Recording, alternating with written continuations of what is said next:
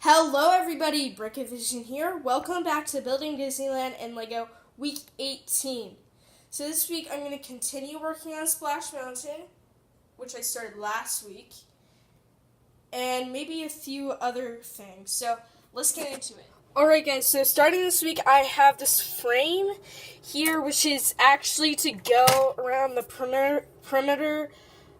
It's just the perimeter of a part in Splash Mountain. It's right next to the little shed. So the shed would be like right here. And there's like a bunch of boxes, crates, and barrels on here too. And you kind of just, the log, which is the ride vehicle for this attraction, goes around right here. And then it goes back into the shed. So I'm going to put this next to the shed. I'll show you guys that in a little bit. But I just want to talk about how I put this together. So basically, this part right here won't be there. I need to also take a piece off here in a second. But anyways, underneath here we have just the inner works, I guess. So there's a bunch of hinges, which basically makes this whole thing round. And so you can see this is what it looks like. In the inside, I'm using these light bluish gray hinges. Now they do make them in the brown color, not the reddish brown, I believe. But that piece is really expensive, so it only comes in one set too. So I'm just gonna stick for the light gray right now. And this is basically what this looks like here. I'll show you guys this next to the shed in a second. So this is what this curved piece, I guess I'll call it, looks like next to the shed. So you can see that's what it looks like. I think it's looking really nice. There is some gaps in between it though. I can't do anything about that, but I guess it's fine. Anyways, I'm going to have this little system inside of the shed. So I can have minifigures walking through here. There's going to be a staircase leading up in case the ride breaks down and you have to take people out or whatever. So I'll do that next. And so this is what it's looking like right now. I'm really happy with the results so far. And also over here next to the mill, I added another piece here, you can see, so it spins, of course.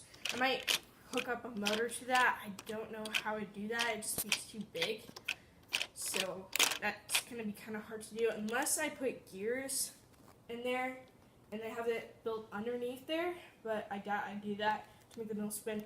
Anyways, I added this part here, which holds it all together. So this is what it's looking like. I'm very pleased. So this isn't related to Splash Mountain, but for the queue in It's a Small World, I put some bricks here, which I got from Brick Fair, some of them at least. I just put them underneath here with the plates on top of them. And I finished up this part of the queue, so I made a little flat here.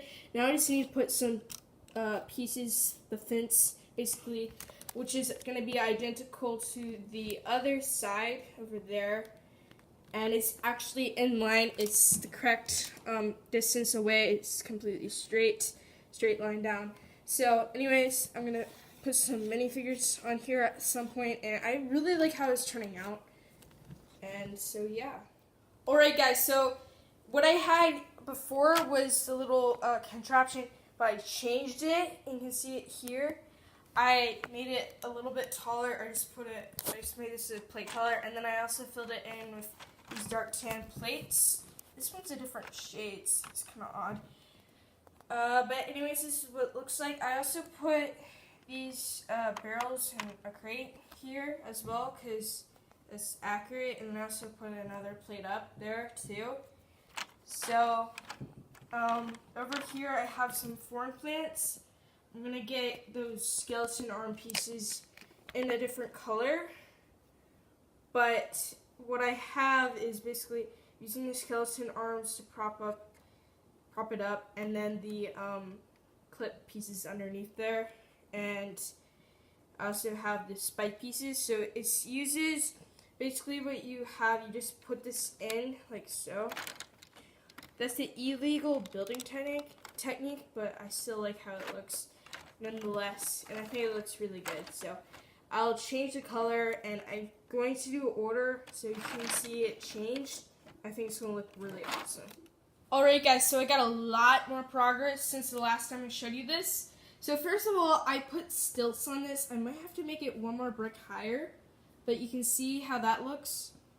And that's basically just so I can do the whole drop, which is 50 feet on the real thing. So anyways, I have the stilts on there underneath this little thing, and then I also have stilts underneath the shed. So what I did here is I extended this little platform right here, and then I also made a second one on the other side with the new lantern mold from the Harry Potter sets.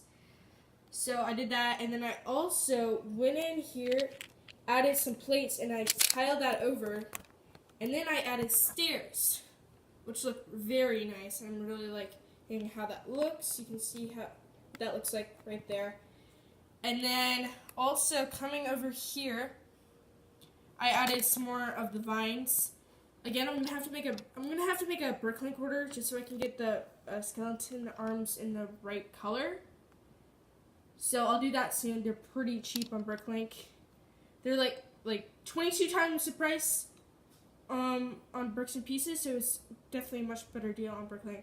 So anyways, right here, I also put these clip pieces here just as a marker because I need to put like a little cutout in here for the drop that comes down through here.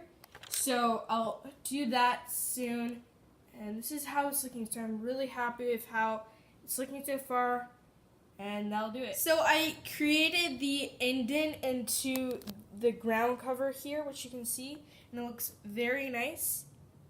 And now I can start building the drop whenever I want.